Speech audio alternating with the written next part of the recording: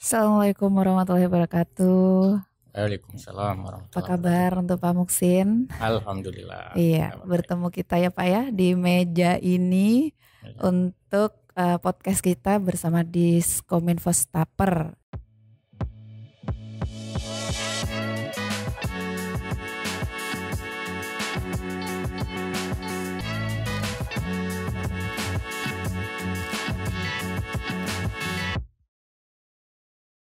Di mana keseharian Bapak Muksin sebagai Kepala Dinas Pemuda Olahraga dan Pariwisata. Ya. Iya. Tentunya untuk pariwisata pengembangannya Pak ya, di mana kita tentunya mengikuti segala aspek yang ada di Kabupaten Pasir guna mewujudkan visi misi Bupati Pak ya dengan Pasir Mas. Apa saja yang ingin dicapai dari pembangunan ini Pak? Baik, jadi sektor pariwisata ini merupakan salah satu sektor pembangunan daerah yang diprioritaskan. Nah, karena itu sektor ini mendapat perhatian dari pemerintah Kabupaten Pasir untuk dikembangkan. Nah, tentu kita menginginkan sektor ini bisa menjadi salah satu andalan untuk meningkatkan pendapatan asli daerah. Nah, karena kita tahu saat ini kita masih bergantung pada sektor pertambangan, di mana kita tahu bahwa 70% lebih PDRB kita itu disumbang oleh sektor pertambangan. Nah, oleh karena itu kita harus mencari atau mengembangkan sektor di luar pertambangan yang bisa menopang perekonomian daerah, karena pertambangan ini kan bukan sesuatu yang bisa kita perbaharui, dia akan ada batasnya. Mungkin 30 tahun ke depan pertambangannya akan habis, sehingga harus ya, ada alternatif yang perlu kita kembangkan untuk meningkatkan pertumbuhan ekonomi daerah.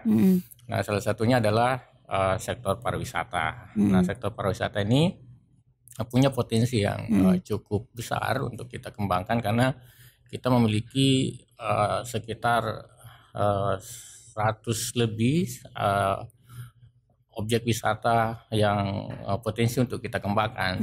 Tentu kita akan memilih mana yang harus kita prioritaskan, sehingga nantinya ini bisa betul-betul menjadi salah satu sektor yang bisa berkontribusi positif terhadap pertumbuhan ekonomi daerah. Iya, tentunya untuk ekonomi Kabupaten Pasir ya Pak ya. Betul. Dan ini tentunya kita memerlukan seperti pihak swasta, pihak ketiga gitu Pak? Ada? Ya, saya kira pembangunan sektor pariwisata harus melibatkan Pentahelix ya. Pentahelix itu ABCGM, A-nya itu akademisi. Akademisi itu kita perlukan untuk melakukan kajian, atau lembaga-lembaga pendidikan yang menghasilkan pelaku-pelaku pariwisata itu kita perlukan. Yang kedua adalah B, bisnis. Bisnis itu kita perlukan juga untuk menopang sektor pariwisata. Jadi dunia usaha kita perlukan perannya di dalam meningkatkan sektor pariwisata. Nah, kita lihat kan beberapa perusahaan yang beroperasi di Pasir itu juga mengembangkan sektor pariwisata untuk mendukung pertumbuhan ekonomi daerah dan juga tentu saja ekonomi masyarakat. Nah, kemudian C, komunitas. Nah, tentu juga untuk membangun sebuah kawasan wisata diperlukan peran aktif dari komunitas. Nah, sehingga sebuah kawasan itu bisa berkembang. Nah, tentu kawasan itu tidak berkembang kalau misalnya masyarakatnya abai gitu, tidak ada perhatian terhadap kawasan wisata itu. Itu C-nya ya. Kemudian G-nya government. Pemerintah tentu yang menjadi leading sektor di dalam pengembangan sektor pariwisata ini. Dia akan mengkoordinir pengembangan pariwisata, dia juga akan memfasilitasi dan juga tentu saja mengalokasikan anggaran untuk pengembangan sektor wisata. Kemudian yang tidak kalah pentingnya ada M, adalah media. Nah, tentu sebuah kawasan wisata kalau tidak didukung oleh publikasi, dia akan menjadi tidak dikenal oleh masyarakat luas. Nah, oleh karena itu media memiliki peran yang sangat signifikan di dalam mempromosikan atau menyebarluaskan informasi tentang pariwisata, khususnya di Kabupaten Pasir, apakah itu media elektronik, media cetak, termasuk juga media sosial yang saat ini sedang memang dikenal luas oleh masyarakat. Iya. Dan di sini sendiri tentunya upaya-upaya itu dari Dinas Pariwisata sendiri sudah ada ya Pak ya. Dan juga kendalanya banyak pasti Pak ya? Ya, tentu banyak kendala. Dan salah satu sekarang yang sangat terkenal itu Gunung Embun, dan tentunya banyak sekali sebenarnya wisata-wisata yang perlu untuk kita lebih perbaiki tempat-tempatnya ya Pak ya. Dan di sini upayanya apa aja itu Pak? Ya, jadi sebuah kawasan pariwisata untuk bisa dikatakan sebuah objek wisata yang representatif itu dia harus memenuhi 4A. Nah, A yang pertama itu attract. Attract itu atraksi. Dia harus punya daya tarik. Nah, saya tadi sebutkan Gunung Embun. Gunung Embun itu punya atraksi embun ya. Di pagi hari dia kayak negeri di atas awan. Ada embun banyak. Nah, tapi itu kan bisa tidak muncul embunnya. Nah, sehingga kita punya alternatif lain untuk mengembangkan ini ketika tidak ada embunnya, atau ada embunnya juga harus ada atraksi tersendiri, harus ada daya tarik yang lain. Nah, makanya kemudian kita kembangkan di sana olahraga para layang. Nah, kawasan Gunung Embun ini kita jadikan sebagai sport tourism, jadi pariwisata olahraga. Nah, kalau misalnya tidak ada embunnya, orang bisa menikmati para layang. Nah, ini kan sudah kita launching sebagai venue para layang, dan Gunung Embun ini adalah lokasi yang paling layak menjadi venue para layang di Kalimantan Timur. Nah, ini kan ada dua, selain Pasir ada di Kubar, tapi kita paling layak lah untuk dijadikan kawasan para layang. Nah, ini hari tanggal 5 ini akan ada lagi atlet yang akan terbang di Gunung Embun karena sudah melakukan peninjauan dan layak. Ini sudah mulai diminati untuk olahraga itu. Nah, itu atraksi. Kemudian yang kedua adalah aksesibilitas. Nah, bagaimana mencapai kawasan wisata itu, bagaimana infrastrukturnya. Nah, memang ini yang juga kendala kita untuk mencapai Gunung Embun itu, masih ada sedikit masalah di dalam konteks aksesibilitas. Masih ada beberapa titik jalan yang rusak, tapi sebenarnya itu bukan kendala besar. Selama ini kan masyarakat atau wisatawan tetap bisa melewati jalan yang selama ini disiapkan. Kemudian yang selanjutnya adalah amenitas. Nah, bagaimana sebuah kawasan itu dilengkapi fasilitas. Nah, di sana ada fasilitas, ada musolanya, ada toiletnya, kemudian ada kiosnya ketika orang mau belanja souvenir ada tersedia. Nah, begitu juga fasilitas-fasilitas lain. Nah, kalau itu tersedia, ini kan akan membuat wisatawan itu senang gitu dengan fasilitas yang ada. Apa yang mereka kehendaki ketika berada di kawasan wisata itu terpenuhi. Nah, itu ya yang ketiga. Ya, yang keempat adalah ancillary. Ancillary adalah komunitas atau bisa disebut dengan kelompok sadar wisata yang mengelola kawasan wisata itu. Nah, ini kan tidak mungkin sebuah kawasan wisata itu berkembang kalau tidak dikelola secara profesional. Nah, oleh karena itu keberadaan kelompok sadar wisata di sebuah kawasan desa itu menjadi sebuah keniscayaan. Karena dengan demikian ada yang mengelola kawasan itu, ada yang menjaganya, yang nantinya mereka akan menerapkan sabta pesona wisata itu, menjaga kebersihannya, keamanannya, keindahannya, kenyamanannya, kebersihannya, dan juga tentu meninggalkan kenangan yang baik bagi wisatawan sehingga mereka akan kembali lagi berkunjung. Yang pastinya untuk masyarakat sendiri harus memberikan respon yang bagus, Pak ya, mendukung. Dan selain itu Pak, untuk peluang sektor pariwisata untuk segi ekonomi sendiri Pak? Saya kira peluangnya sangat besar ya. Dan kita lihat sekarang ini kawasan wisata tumbuh begitu pesat. Nah, tidak hanya yang dikembangkan oleh pemerintah, tapi desa sekarang juga mengembangkan kawasan-kawasan wisata desa berdasarkan potensi desa yang ada. Nah, apalagi di Peraturan Menteri Keuangan nomor 201 tentang pengelolaan dana desa, desa itu bisa menggunakan dana desa yang ditransfer dari pemerintah pusat untuk pengembangan pariwisata sebagai salah satu sektor prioritas.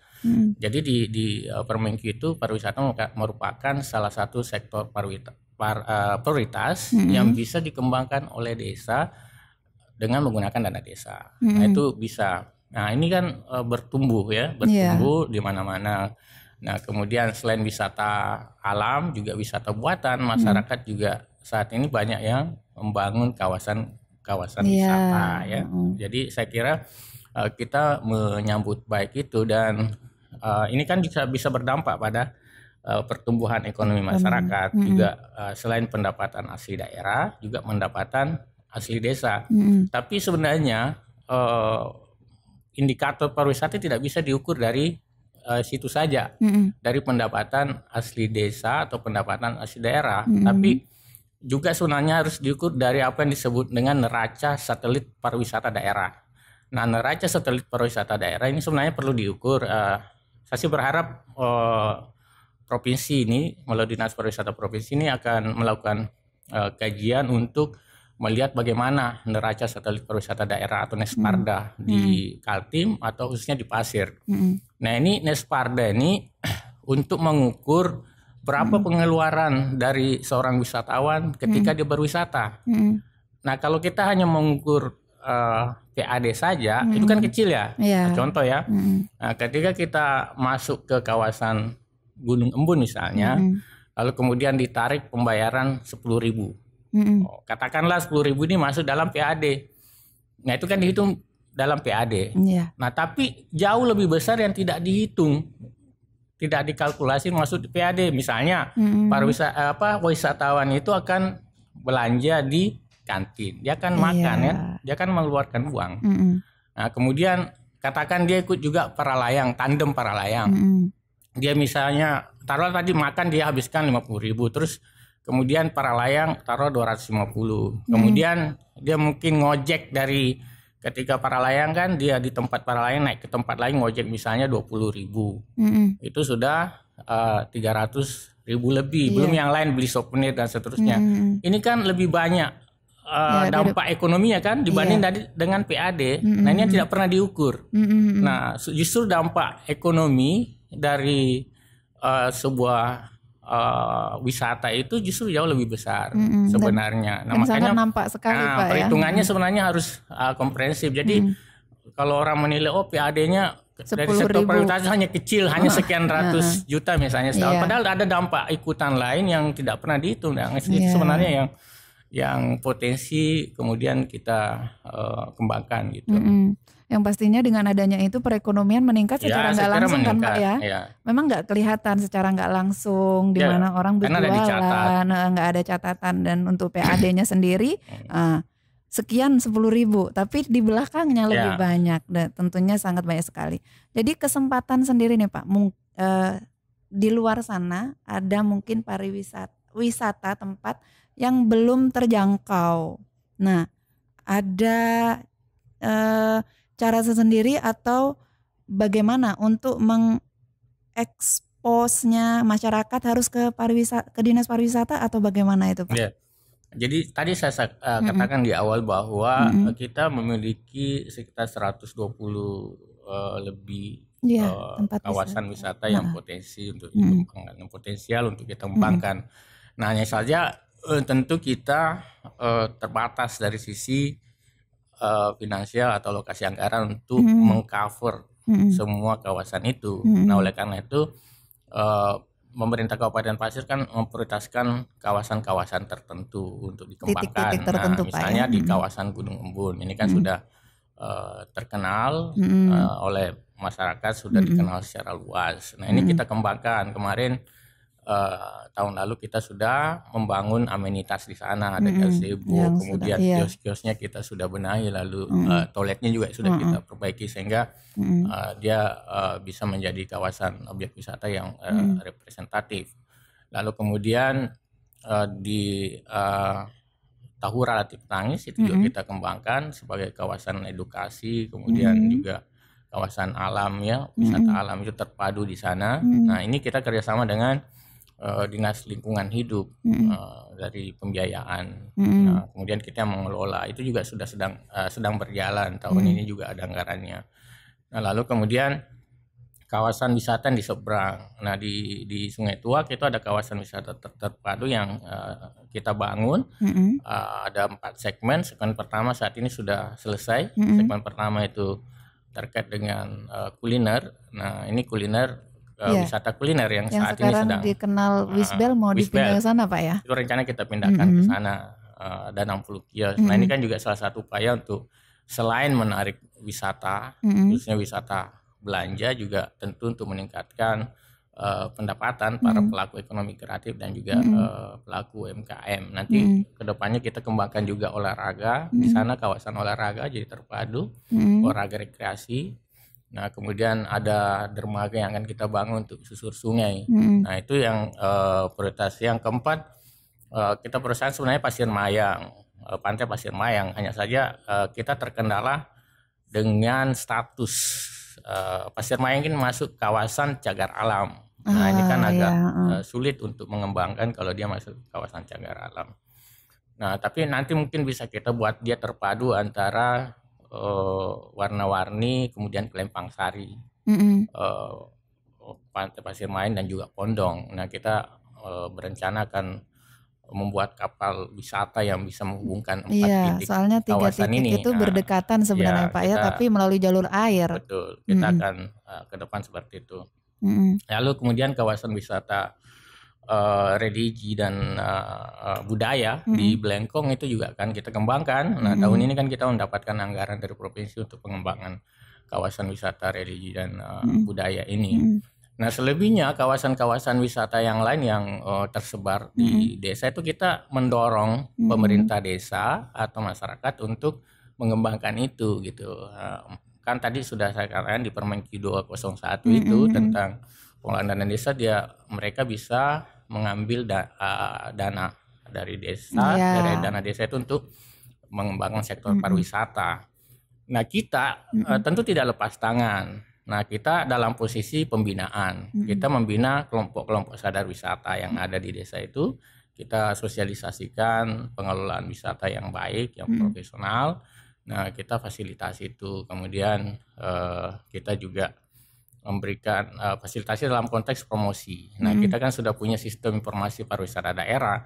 Nah kalau memang dia punya potensi, aksesnya bisa kita capai dengan mudah, kita bisa masukkan di dalam sistem ini. Sehingga wisatawan kalau dia punya gadget, dia hanya tinggal di ujung jari dia bisa melihat di mana wisata ini, kemudian jaraknya sejauh mana, bagaimana mencapainya. Nah itu bisa kita fasilitasi dalam konteks itu, dalam konteks pembinaan dan dalam konteks promosi itu bisa kita fasilitasi. Iya. Terus ini kayak reaksi masyarakat tuh Pak, seperti Wisbel kan mereka sudah taunya yang di jalur ya, tiba-tiba dipindah lagi ke sana. Seperti apa reaksi? Apa mereka excited atau ada sedikit mungkin keluhan atau gimana? Enggak? Saya kira kan kawasan yang kita bangun ini lebih representatif dibanding yang ada. Yang ada kan juga sudah sangat padat ya. Lokasi karena juga faktor jalan mengganggu juga Pak ya. Nah maka kita pengembangannya ke seberang. Kita juga ingin mengembangkan desa Sungai Tuak itu supaya tidak hanya terfokus di Tanah Grogot. Orang bisa berkunjung ke sana. Di sana kan juga kita bangunkan panggung. Itu luasnya 6x13, cukup luas untuk menampilkan performa apakah itu seni, budaya dan yang lainnya gitu. Jadi nah itu masyarakat bisa menampilkan atraksi di situ, jadi kita fasilitasi di situ.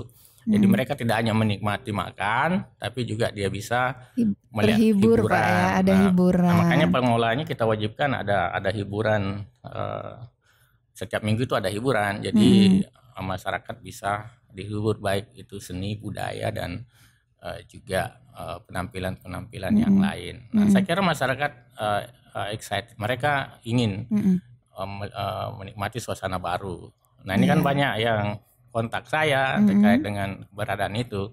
Nah cuma kan memang kita memindahkan yang ada, yang ada sekarang ini ke seberang.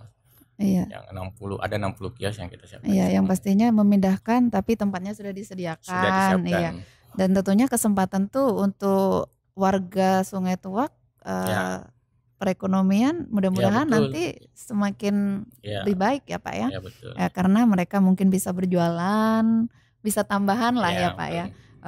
Dan untuk atraksi sendiri di sana seperti mungkin hiburannya sudah diselipkan dengan budaya. Jadi bisa mempromosikan ke wisatawan ya. Atau masyarakat sendiri yang nggak tahu. Nah, jadi dari pihak Dinas Pariwisata sendiri sudah memberikan upaya yang terbaik Pak ya untuk masyarakat. Nah, untuk Pemkab Pasir sendiri pengembangan sektor pariwisata yang unggulannya itu sekarang apa Pak? Nah tadi yang saya sebutkan, jadi ada wisata alam, ada wisata pantai, wisata budaya, ya wisata kuliner ya. Di wisata kuliner itu selain di yang di seberang wisata terpadu juga kita sedang merancang ada Car Free Day akan kita lakukan setelah bulan puasa sepanjang Jalan Sudirman itu. Nah itu akan kita nanti tempatkan pelaku ekonomi kreatif dan pelaku UMKM untuk berpartisipasi untuk memasarkan produknya. Nah nanti kawasan ini juga pentas seni, jadi mereka yang punya keahlian atau bakat di seni puisi, melukis, kemudian mendongeng. Nah mereka bisa menampilkan di sana. Jadi akan terpadu nanti kita siapkan di Car Free Day itu CFD yang habis bulan puasa. Nanti juga akan ada olahraga di situ, ada senam. Jadi ini upaya-upaya yang dilakukan pemerintah Kabupaten Pasir untuk menarik wisatawan yang tentu saja akan menimbulkan multiplier effect ya, efek berganda terhadap perekonomian masyarakat. Nah ini kan tentu ujungnya kita berharap ekonomi masyarakat bertumbuh ya, kesejahteraan mereka meningkat. Nah ini yang korelasinya dengan Pasir Mas, maju, adil dan sejahtera. Iya, tentunya itu sudah mencakup maju ya Pak ya. Terus untuk adil ya, karena bukan di Grogot saja. Betul, ya Pak ya. Terus sejahtera pasti. Nah itu tentu harapannya. Dan peran Disporapar sendiri untuk pengembangan sektor ini Pak? Saya kira kita dalam posisi memfasilitasi. Nah seperti Car Free Day kemarin kita memfasilitasi, kita mengundang stakeholders yang terkait untuk rapat membicarakan itu dari Polres, Satpol, Dishub, kemudian yang lain-lain. Nah, kita membicarakan itu dan mereka menyambut baik karena memang untuk meningkatkan pertumbuhan ekonomi masyarakat. Nah, begitu juga di seberang. Nah, yang lain-lain juga seperti itu. Nah, makanya kawasan-kawasan wisata yang selama ini dikelola oleh pariwisata, kalau itu misalnya potensi untuk kita serahkan ke desa, kita serahkan ke desa. Nah kemarin kan ada juga permintaan dari desa, sepanjang desa itu komitmen untuk merawat itu dan juga tentu tadi membiayai dari dana desa. Nah itu kita akan serahkan ya ke desa untuk mengelola, bukan lagi di Dispora dalam kapasitasnya tadi itu melakukan fasilitasi dalam pembinaan, nah, kemudian fasilitasi dalam konteks promosi. Nah itu yang kita lakukan. Nah sehingga kita mendorong tidak hanya desa tapi masyarakat juga silakan membangun kawasan wisata. Nah, sepanjang tadi itu memenuhi syarat-syarat kebersihan, ya kan, dia kesehatan, keamanan. Nah itu yang harus dipenuhi sehingga memang kawasan itu bisa menjadi layak untuk dikunjungi oleh wisatawan. Nah karena sebenarnya ukuran suksesnya pariwisata ketika orang itu datang kembali, itu kan repeat order ya. Orang kalau sekali aja datang kemudian tidak kembali lagi itu tidak berhasil namanya. Nah dia harus kembali lagi ke situ karena kesan yang ditimbulkan sebuah kawasan wisata. Nah itulah sebenarnya kan harus dikelola dengan profesional. Nah oleh sumber daya yang juga tentu saja profesional. Iya, tentunya bukan sudah dibangun baru diabaikan. Betul. Pak ya. Ya. Karena nanti ada wisata, kenapa sih ini tempatnya begini, ini begini, otomatis nggak tertarik lagi. Dan ketertarikannya itu tentu satu, nyaman, bersih, yang sesuai yang Bapak sampaikan tadi. Dan harapannya Pak untuk Kabupaten Pasir sendiri di wisata kita yang di Kabupaten Pasir. Ya, kita berharap sih sektor pariwisata ini menjadi salah satu sektor andalan Kabupaten Pasir. Nah, kita berharap juga partisipasi dari seluruh stakeholders yang terkait untuk sama-sama membangun sektor pariwisata ini menjadi salah satu sektor andalan. Nah, sehingga ke depan khususnya dalam menyambut kehadiran ibu kota negara, nah masyarakat bisa kemudian menawarkan berbagai produk wisata, tentu kita akan fasilitasi itu sehingga nanti wisatawan bisa berkunjung ke Kabupaten Pasir karena daya tarik yang dimiliki yang bervariasi, beragam dan juga tentu unik. Nah, yang memang juga ada kawasan-kawasan wisata yang khas yang berbeda dari daerah lain. Nah, itu kan yang akan dicari orang. Nah, kita berharap juga peran serta dari perusahaan. Beberapa perusahaan kan sekarang sudah berpartisipasi dalam pengembangan sektor wisata. Nah, kita berharap peran ini tetap dijalankan, terus mendukung program pemerintah dalam pengembangan sektor pariwisata, sehingga ke depan yang betul-betul sektor pariwisata menjadi salah satu sektor andalan dalam meningkatkan perekonomian daerah. Iya, tentunya untuk masyarakat sendiri kita harus saling mendukung, Pak ya. Dari pihak Dinas Pariwisata sendiri sudah memberikan peluang, yang pastinya kita masyarakat ini harus bisa memelihara yang ada. Kalau bisa bagaimana lebih bagus dan lebih bagus lagi. Ya, meliharakan itu jauh lebih sulit daripada membangun. Iya, kalau membangun kita ini dibangun sudah selesai, dan yang pastinya untuk memelihara ini perlu dukungan semua pihak. Ya Bapak, terima kasih untuk kehadirannya hari ini. Next bisa ketemu lagi Pak ya di podcast di Kominfo Staper. Terima kasih. Assalamualaikum Pak Muhsin. Waalaikumsalam warahmatullahi wabarakatuh.